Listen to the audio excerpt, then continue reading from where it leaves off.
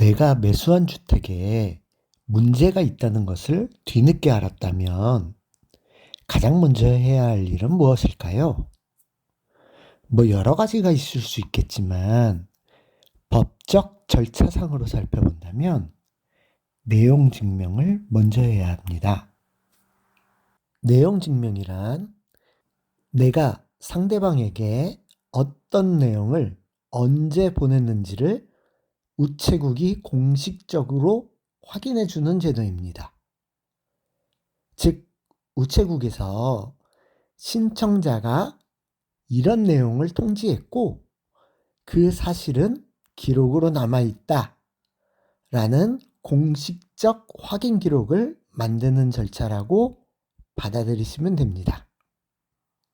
보통의 경우 누군가로 인해 손해를 입었을 때 나는 적당한 선에서 상대방과 합의만 하면 돼 라고 생각을 하고 합의서에만 관심을 가지는 경우가 많습니다.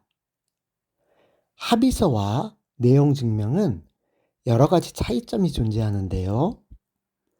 간단히 말해 합의서는 양측이 이미 합의했을 때 작성하는 문서를 할 수 있고, 내용 증명은 상대방과의 협상을 시작하기 위해 먼저 보내는 공식 통지라고 할 수 있습니다.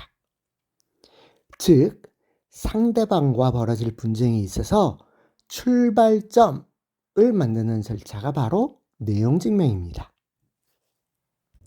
그렇다면 내용 증명 단계에서 취하고자 하는 목적은 무엇일까요? 내용 증명의 첫 번째 목적은 상대방에게 법적 책임이 있음을 공식적으로 알리는 것입니다. 상대방이 사실을 숨기거나 알려야 할 정보를 제공하지 않았을 경우 등에 있어 내용 증명으로서 당신에게 이러한 책임들이 있다는 점을 명확하게 고지하는 것입니다.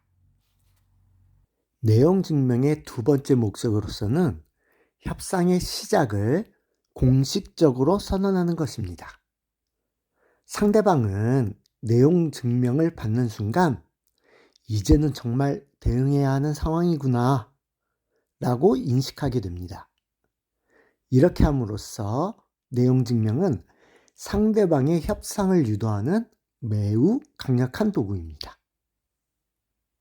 내용 증명의 세 번째 목적으로서는 향후 소송에서 사용할 증거로서 사용한다는 것입니다.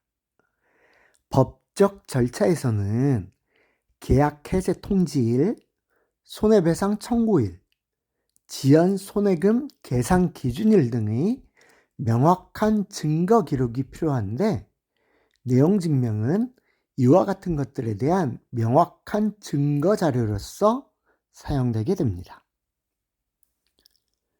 하지만 법적인 측면에서 내용 증명은 어떠한 강제력, 즉 상대방에 대한 구속력은 없습니다.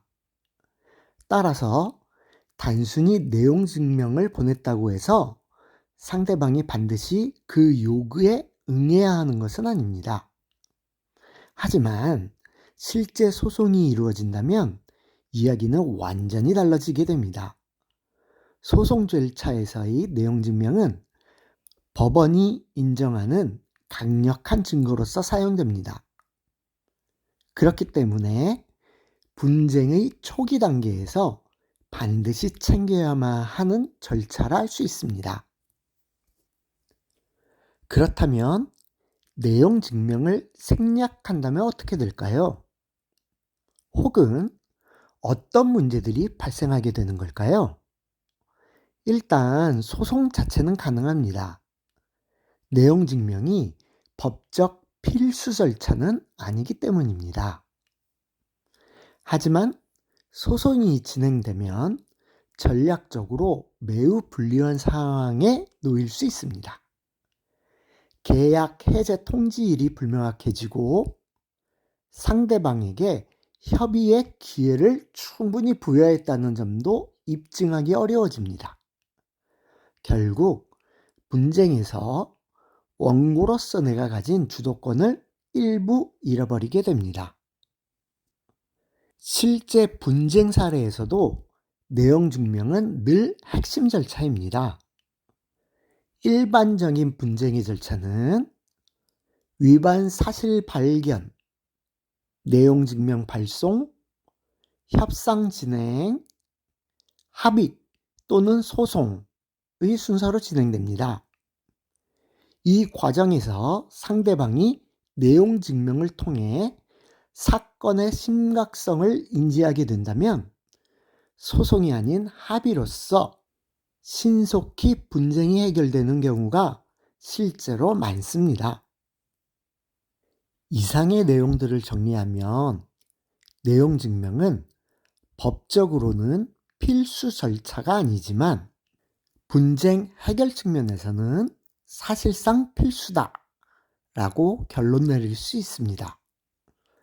법적 책임 고지, 협상 시작, 증거 자료 이 세 가지를 동시에 충족시키는 법적 절차로서의 도구는 내용 증명이 거의 유일하기 때문입니다.